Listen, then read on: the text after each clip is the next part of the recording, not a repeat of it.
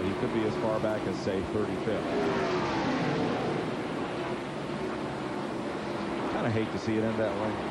I mean, I really hate to see it end that way. I wanted to sign on the one thing we're sitting here talking about, a man that's won 9 times this year. You know, everybody wants to scrutinize the points. You know, the guy that wins the most races should have the most points, this, that, and the other. I think it's pretty fair the way the points are distributed and all. But Dale Earnhardt is very lucky to have a championship when somebody wins 9 races and loses to him. That's true. 12 different drivers have led today's race, and that ties the record for Rockingham. Well, this is the part of the race that the seat don't fit good. The steering wheel begins to make your hands hurt a little bit. You get tired of using the brakes so much. Just a miserable time of the race because this is when mentally you make mistakes that you don't normally make. It's because you're just kind of sitting there knowing that you have so much more time on the racetrack to run, and you don't want to make a mistake mentally that'll cost you the race. I'm sure Terry Labonte's thinking about that right now. Stay alert. Watch what you're doing. Don't get yourself in a position to give this race away. And he's about to put a lap on Dick Trickle, who's had a great run today after starting 21st to pass the second-day qualifier. And pole sitter Ricky Rudd. Ward Burton was leading when he pitted, but he came out of the pits 13th, a lap down. They had a horrendous pit stop, 39.7 seconds. Caution has come out here at Rockingham. Big trouble in the back straightaway. I believe one of those cars is Hut Strickland, the other is Dave Marcus. Back straightaway hadn't been very good to Dave Marcus today. That's his second time around back over there. Both cars have quite a bit of damage on them. Well, his car looked like a termite's going to hold it, doesn't it? No, termite. Termite. Not termite. At WMU, we said termite. WMU, I don't even want to know. Don't ask him, Mike. That's Whitney Mill University. It's what? Whitney Mill University. Whitney Mill. University. That's where I went to school. That's where I learned everything. This incident happened right in front of Dale Earnhardt, who now with Mark Martin will come to the pit lane. Well, Earnhardt will. Yeah, I guess Mark decided he'd come in too. Okay. Yeah, the green flag's out. Earnhardt earlier in the race almost. Look at the front end on Martin's car here. I don't know what happened, but the hood's all knocked up on his car. I wonder if he got into that incident as well. He got into something. No doubt about that. A lot of damage. Now, he and Schrader came into this race with Mark in 3rd and Kenny 4th in the points, just 4 points apart. Glenn? Well, Earnhardt has come in for another 4-tire change, again taking no chances of having run over something on the racetrack. The crew really wasn't ready. Boy, that's a quick stop. Of course, all they did, they didn't have to completely fill it up with gasoline, but the crew wasn't quite ready. They were still getting things picked up from the last pit stop he made under the green, and they did put sticker tires on him that time. I don't think that they have any scuffs down here. I'm sitting on a set of them, but these are already used. Maybe they got one more set left, but they did put stickers on that time. Well, Richard Childress is famous for saving his best set of tires for the end of the race. We're under caution here at Rockingham. We'll be right back. The body did not make his pit stop with the leaders, but then came back in later. How come, Glenn Jarrett? Well, we speculated why. Let's ask Gary Dehart. A little unusual strategy there, Gary. What's going on? I'll tell you what. I messed up a little bit on that time. What we were doing is the other cars stayed out. The cars that won the lead lap stayed out longer than we did while ago on that green stop. We were one of the first ones to start, and they had fresher tires, and I was afraid that they wouldn't pit, but evidently when we stayed out, they did pit. So they was going to be on green tires, and we wasn't. But we just have to race 11 more cars, that's all. Let's go down to Randy. Well, Steve Meal, crew chief for Mark Martin. Mark buckled up the front of that car pretty good, Steve. How's that going to affect it? Well, either make a ton of downforce or none at all. You know, we're not sure. It bent the hood at a funny angle. It didn't hurt any of the ductwork. We don't believe the engine will overheat. The only issue will be if it lost front downforce or made some, and either cause will make us work on the race car a little bit. But we're in pretty good shape. We'll find out pretty soon. We're finding out now. They've just dropped the green once again.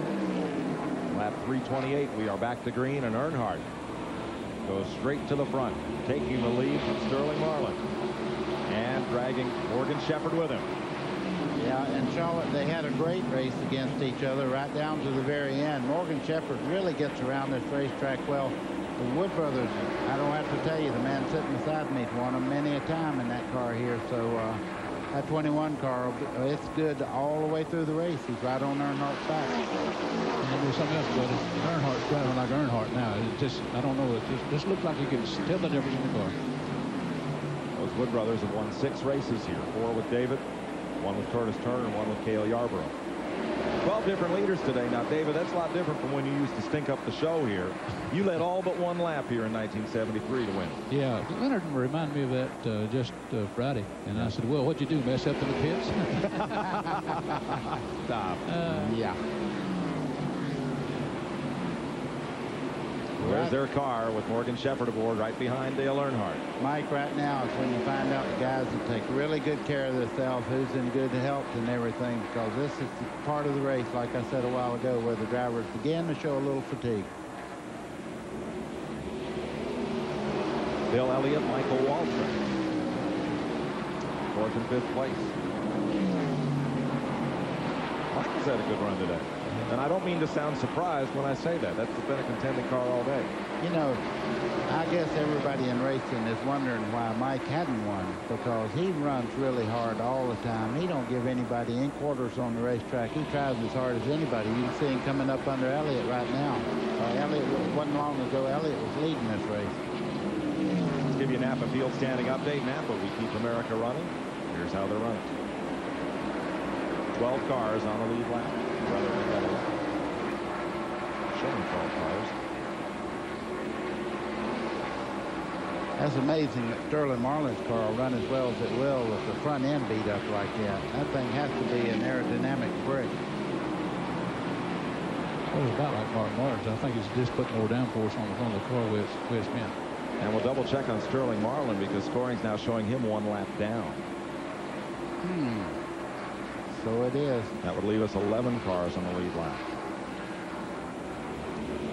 It's hard to keep up with stuff. It happens so fast here. You can go a lap down and be looking at a car and just swear they're in the lead lap and then not be so. But he's run well all day.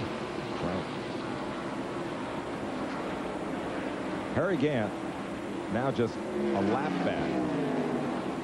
Trying to get back on the lead lap ever since. What happened to Harry was they made a green flag pit stop just before that lap 84 caution came out. They were a lap down. They got lapped. They came in and got tires. Came out just barely 2 laps down. Caution. Harry Gant's one of the drivers that's out there right now that if one of the other cars fall out, he automatically gets their fans. He's the type of person everybody likes, and nothing will make them happier to see him come down 3 wide for the finish here and Harry Gant to win, because everybody likes Harry Gant. I think you're right. Well, Harry, looking forward to the end of this season. Trying to notch another win. Randy Pemberton asked him, Harry, how about just one more win here at the Rock before you're done? Boy, I sure like to. It'd make our trip to Phoenix a whole lot more pleasant if we could win a race here at Rockingham. Hey, you taking a motorcycle to Phoenix? Yes, sir. Yeah. Hey, Harley to Phoenix, not a motorcycle, a Harley. If the guys that ride them say there is a difference. Oh, yeah. I'll tell you one thing. I was with Pearson one day, and he went in the motorcycle shop, and he wanted this little purple shirt in there. And he asked me about it, and I said, well, looks a little iffy to me. And the girl said, let me ask you this. You ride a Harley? I said, he said, yeah. She said, what do you care what color you wear? Did you buy it? Shirt? Yeah, I ended up with it. Yeah, shirt, David. Here we go. Well, if we come up on around a green flag pit stop, Sterling Marlin stayed on the track 14 laps longer than Earnhardt on the most recent round. Then after he pitted, Marlin lost a lap because everybody else had fresh tires and could run faster. That's how Sterling fell off the lead lap. He has led this race. Right now it's Dale Earnhardt trying to sew up the championship with 2 races to go. He leads Morgan Shepherd, Rick Mast, Bill Elliott, and Michael Waltrip. We'll be right back. Remember about 1 million laps ago when Rick Mast wrecked? He got together with Greg Sachs, got up in the wall in turn 2. He's now the 2nd place car. He's flying. Take a look at him going by Dale Earnhardt while we were in break. Makes it look easy. This is what hero material's made out of right there. Get into a crash like he did early in the race, and now he's back up to 2nd and actually pulling down on Morgan Shepherd. So we have to take our hat off to this car is not very aerodynamic. The right side is really caved in. Oh, yeah, this side looks good. Wait till you see the right side. It don't matter. It looks good to him right now the way it's running, I guarantee you. Earnhardt stays right with him. But Rick Mast is up to second place. He stayed on the lead lap all day. Chases down Morgan Shepherd. Boy, oh boy. Gene just rode in from Phoenix, called in on the 800 line. I bought tickets for next week's race. They are on the hill. Can I see from there? You can see Charlotte from there. It's a wonderful place. The racetrack is very, very visible. It's not a racetrack that you lose sight of anything. All the seats there are great. They can see good there, but they have to keep up on that hill. They have to keep looking down between the legs to see if the snake's there. Oh, they chase the snakes off that. Get out of here, Pearson. The day before the NASCAR guys move in the garage area, they go in and kill all the snakes in the garage area. You might find one on the trash can anywhere there. Buddy Joe will be proud of that little observation. It's a good place to sit and see the race. It's a good view. Michael Waltrip in sixth, and Ricky Rudd, the pole sitter, coming back up after him. And he's running Michael down. Boy, Ricky fought all day today. He's had a loose condition on that race car, but looks like he dialed it in pretty well now. He's right down on that white line, getting under Michael Waltrip coming out of the corner. And he's got a great race car, or he wouldn't have been on the pole, but he's a little bit of handling problems here. He goes straight to the rear. So Rudd moves up a notch. Still a good day for Michael Waltrip. Kyle Petty's taking his car back to the garage. Yeah, that hadn't been a day at all for him. He's been in there about as much as I have. Back and forth in the garage. Fourth place, Terry Labonte's going to take it away from Bill Elliott here. That is a great race car, but that track position may have hurt him a bunch. If they keep going green and don't have any more caution, he's going to have to run really hard to catch up. Labonte arguably the fastest car here. Under sunlight, sunshine, shade, doesn't seem to matter. You know, if he'd been when the rest of the guys did, look how far ahead he'd be. I'd rather not, thank you.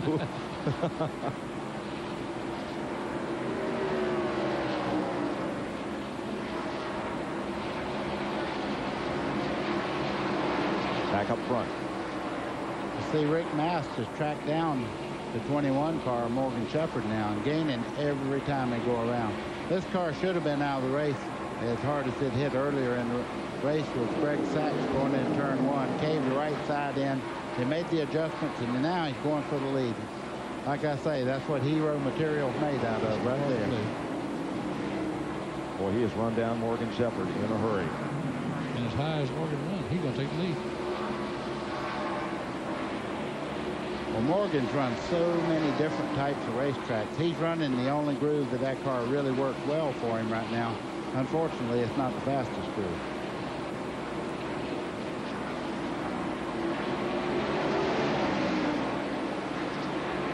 You know, Mike, you see all this damage on the right side of Rick Mast's car. And one thing that he probably has is a real problem with heat and all, because the inner panels in these cars are made of aluminum. When you crush that side in like that, all the heat off the tires and everything comes up into the race car, and all the fumes and everything. So he's earning his biscuits right now, believe me. I just can't believe this car has come back to the front to lead after what it had been through. Well, that's one of the things that makes you so tired running here at this race, because it is so long, is the heat inside those cars. It's time involved. It's not really the physical part of it. It's the timing involved. You sit there so long and it's so hot that let's notice Dave Marcus put him out of the bits. Yep, Dave's back in the race after a long stay behind pit wall.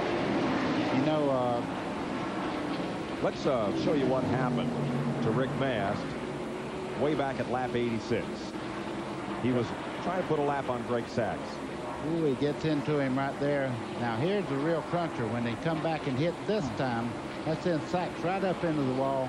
Around he goes. A lot of damage to the right side. Greg Sachs out of the race. Now, folks, let's make it clear. He did not turn back up into Greg Sacks. He was trying to catch his car and save it and keep it from sliding. Right. It took a second bite. When he was trying to correct, it took a second bite and turned him right into it. And Rick Mast from that wreck has come back to lead this race at 374 laps. We'll be right back.